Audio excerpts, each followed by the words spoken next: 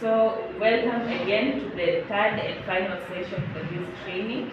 I hope from the previous training you've learned a lot. So, for the objective number 3 for this session, we're going to talk about the 5 ways to prevent gender-based violence against these young men. So, the 5 ways to prevent GBV to these young men. So I came up with a few ways and strategies that you can put down to prevent, ways you can prevent GBV. So the first prevention measure is to educate and to education and awareness. So through education and awareness, it's very essential so that these young men may know the implications of GBV and the ways they can report. We need to teach them on the consent, the respect and equality in a relationship so that they don't fall victim of GBV at the end of the day. And then through education and awareness campaigns, we need to challenge them on the harmful gender-based violence and the stereotypes that come with this gender-based violence, such as the masculinity. They should not focus on masculinity because they might fall victims of GBV. So the second point is support system. So as a community and as a nation, we need to have a sufficient and effective support system. So this support system, such as counseling services, helpline and support groups, may be significant with this aspect of GBV because they can tailor and help with the recovery process of these young men when they come to report. And we should also provide space, a safe space for these young men so that through the support groups, they might feel safe. And then for the third point and strategy that we can put down is to just bring in empowerment programs.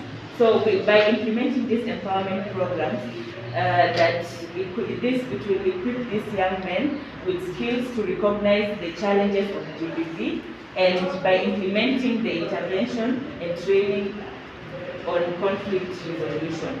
So we need to also train these men on ways the skills that they should have when it comes to conflict resolution, and I'm sure that with that they will be able to manage. And then the third strategy and prevention measure that we can put as a community is to implement policies and legal performance in this cases of GBV. So we need to advocate for policies and legal reforms that addresses GBV and include measures to protect young men from violence and ensure the access to justice for the survivors. So if there's someone who has fallen victim of GBV, we should not just keep quiet, but we should support him so that at the end of the day, he gets the justice that he deserves. And then my last point and the last aspect strategy that we can push to prevent GBV is community engagement. So through community engagement, the community, you can discuss with the community on the action to prevent GBV against young men, and I'm sure the community can get good ideas and new ideas at the end of the day. And then through the same community, you can foster partnerships, right, between schools, families, law enforcement, community organizations, and promote gender equality in the community. So when we put these strategies together at the end of the day, I'm sure that we'll be able to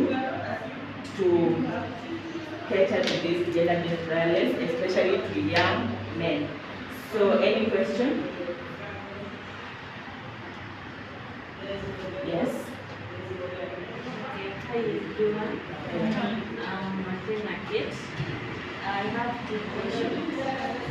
Number 1, you say that we should support the victims. How do we support them?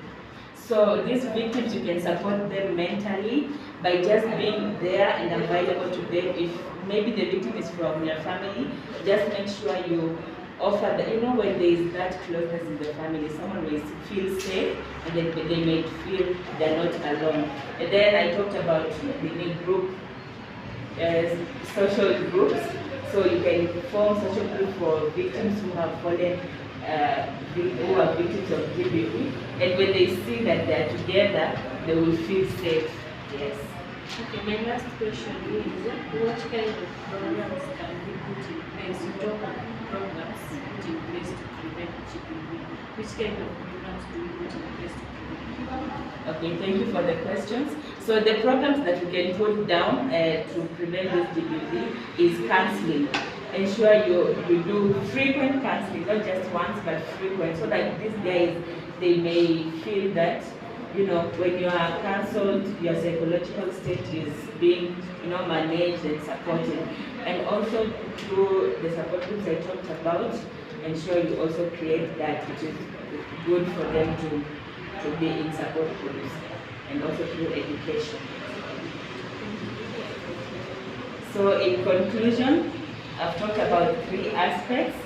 The first objective that I talked about, it was the forms of gender-based violence that I'm sure you've understood, from the physical, emotional, sexual, and cultural violence. The second objective is, well, I was talking about the ways to prevent gender-based violence, and I talked about education and awareness support system, efficient support systems, empowerment programs, and etc. So with that, I'm sure that we've learned something, and when we go back to the communities, I'm sure you're going to share this so that we don't get more cases of gender-based violence in our young youth, because these men are the future of our country tomorrow. Thank you.